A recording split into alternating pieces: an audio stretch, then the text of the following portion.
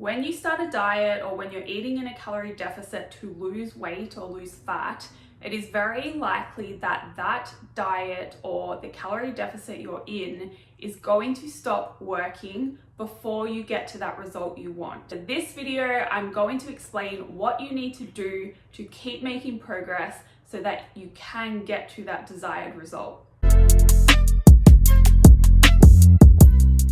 Hello, welcome to the video. My name is Jody and I help you change your beliefs so that you can change your body, your health, and your life. This video, I'm going to go over the steps you need to take in order to determine whether you have really hit a plateau and your diet has stopped working, then what to do if that is actually the case. I get a lot of inquiries from people like you, I guess, watching this, and they explain to me what they've been doing over the past year or so, and usually they've had some progress. Then they hit a sticking point and they can't seem to move forward.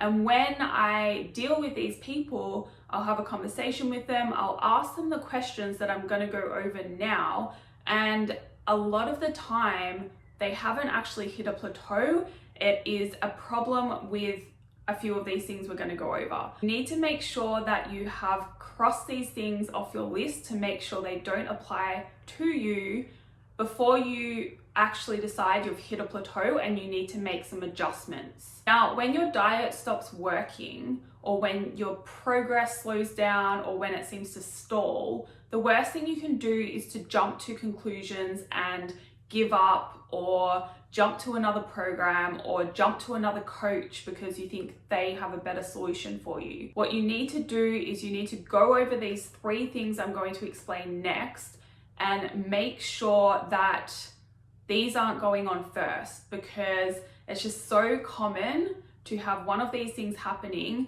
and if you fix these problems first, you'll keep making that progress. And then if you have hit a plateau, that's normal as well. It doesn't mean you need to give up. It doesn't mean you need to find a new coach unless that coach is not helping you anymore. It doesn't mean you need to jump around and try different programs and go to extremes. Usually all you need is a small adjustment to get things moving again. So the first thing you need to do if you think your diet has stopped working and you've hit a plateau, you need to be honest with yourself and actually assess, is it the diet that stopped working, or have you stopped being so strict with that diet in terms of sticking to it?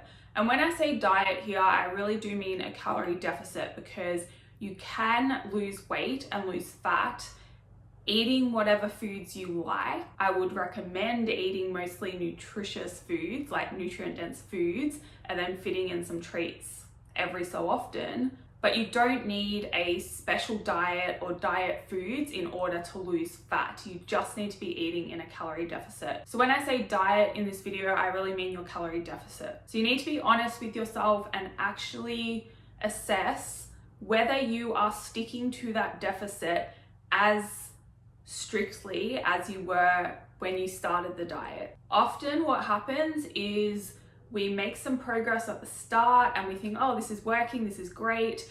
And then we start to slack off. We start to get a bit more flexible and we start not to track as accurately. And before you know it, you're actually eating a lot more calories than what you think. And you've come out of a calorie deficit, which is why your progress stops. You really need to assess whether that is the case for you. Get back to tracking accurately everything that goes into your mouth for a week using digital scales, and then if you still haven't made any progress, go on to the next step. Step 2 is to make sure you are using more than just the scale for progress. Just because the scale stops going down doesn't mean you've hit a plateau. You actually want to make sure that your body weight measurement has stopped moving in the right direction as well. Usually it should be decreasing if you're losing fat. And you want to make sure there's been no changes in terms of your progress photos and how you're feeling overall. Often what can happen if we get some stressful situation going on in our life, your progress might slow down or even stop until you deal with that situation. You need to make sure that all forms of progress have actually stopped for, I would say, 3 to 4 consecutive weeks with strict tracking for those weeks before you can conclude that you've actually hit a plateau and you need to make some adjustments. The next step applies to you, especially if you're female, but also if you have been feeling a bit stressed and if you're going through a difficult time in your life. You might be experiencing water retention, which is actually hiding your progress. So for females around your menstrual cycle, you will get water retention, and what happens then is because of the bloat and the extra water you're holding onto, the scale might not change even if you are actually losing fat and it should be going down. The extra water is going to keep that scale stalled. And what also might happen is your waist measurement might stop moving as well. It might even increase because you're so bloated. So that's why it's really important to pay attention to how you're feeling and all the external things going on in your life. If you are stressed, if you're not sleeping as well, if it's around that time of the month and you're female, and if you just feel bloated or run down or lacking energy, it might be that you're just holding onto water and you need to wait until that water retention goes away before you can actually conclude that you've hit a plateau and you need to make adjustments. Once you have gone over those 3 things, making sure that you're still tracking accurately and sticking to your calorie deficit as well as you were at the start, and then making sure that all forms of progress have stalled and not just the scale weight, and then making sure that you're not dealing with water retention.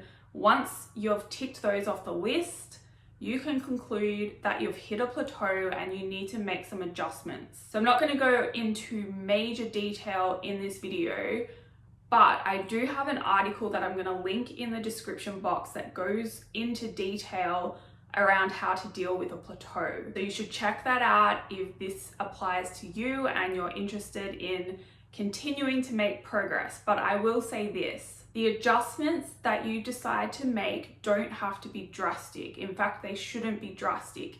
You still want to make changes that you're going to be able to stick to consistently in your life without making things so difficult that you're likely to give up and then not keep moving forward. The changes that I would recommend making if your calorie deficit has stopped working is to increase the size of the deficit slightly. So usually I would increase it by another 5% or maybe around an extra 100 calories per day. So you don't have to, just say your original calorie deficit was a 500 calorie per day deficit, you don't need to then take another 500 calories off. Like that will leave you starving. You should just take off an extra 100 calories and that should help you start moving forward again. If your calories are already quite low, so just say you started on 2,000 calories a day, that was your maintenance, and then you dropped your calories to 1,500 calories and your body has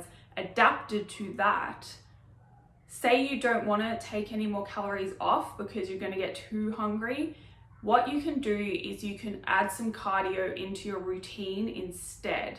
So increase your activity. You might want to add steps to your daily step target, or you might want to add some proper aerobic training. So like running on a treadmill or going for a run or doing some kind of high intensity interval training.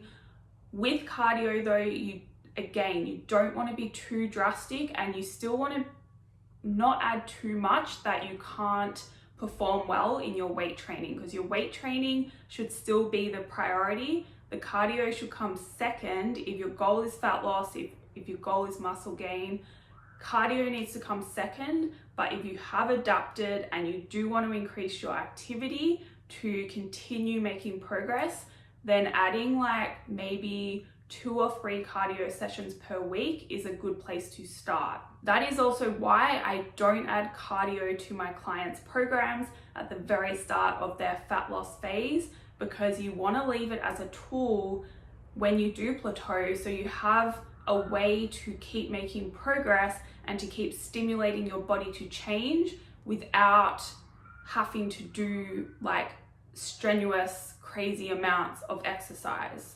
Because you probably don't have time for that. It's going to be very hard to stick to, and you're just going to be miserable because you won't be able to stick to it, and then you will end up falling off track, giving up, and not getting that body you want. Now, if you have plateaued on just say an even smaller number of calories, just say you plateau on 1200 calories, you don't really want to take them down any further, and let's say you're also already doing quite a lot of cardio in your week and you just don't think you can do any more.